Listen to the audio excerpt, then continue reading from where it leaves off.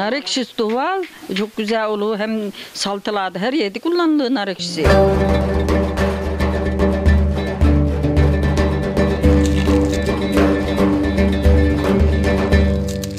Burada nar ekşisi yapmak için nar tenliyoruz. Nar kesiyoruz, kesip gelip onları önce kesip yıkıyoruz, arkasından tenliyoruz.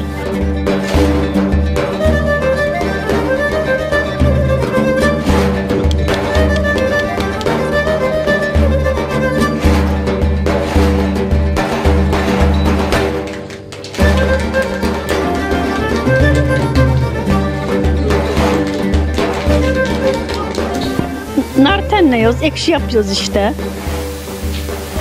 Birbirimizin işini toplaşıp tenliyoruz. Yalnız ürümüyor bu, olmuyor. Yalnız iş beraber olunca çabuk oluyor.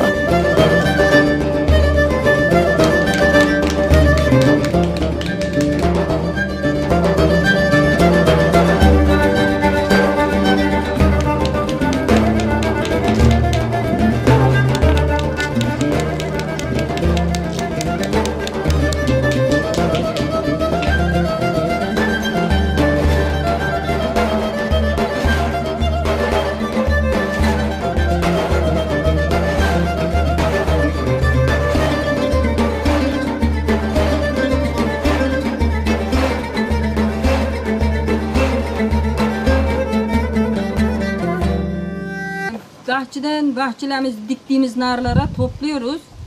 Bir gün topladık mı konu komşu toplaşıyoruz, bir akşam bitlenliyoruz. Ertesi gün onlara tanelediğinden sonra gurnularımız var öncelerden eskiden yapma. Onları da bir sıkıyoruz.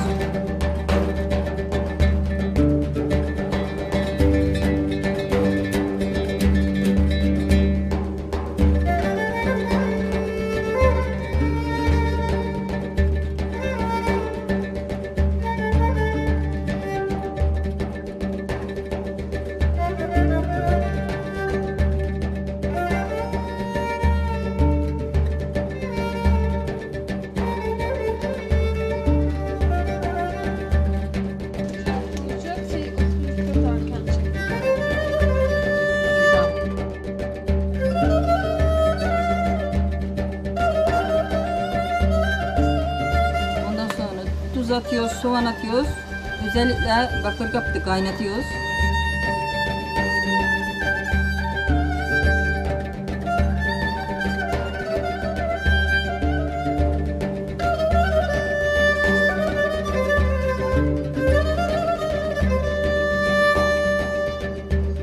Çok güzel olur nar ekşisi. Onlara bütün çarşıda, pazarda isteyene ikram ediyoruz. Satılık diye çarşıya da götürüyoruz. İsteyen olursa köyden de gönderiyoruz. Kimisi telefon ediyor, getiriveriyor, veriyoruz. Her tarafa ikram ediyoruz. Benimkinlere Almanya'ya götürdüler. 3 şişi bir Almanya istediler.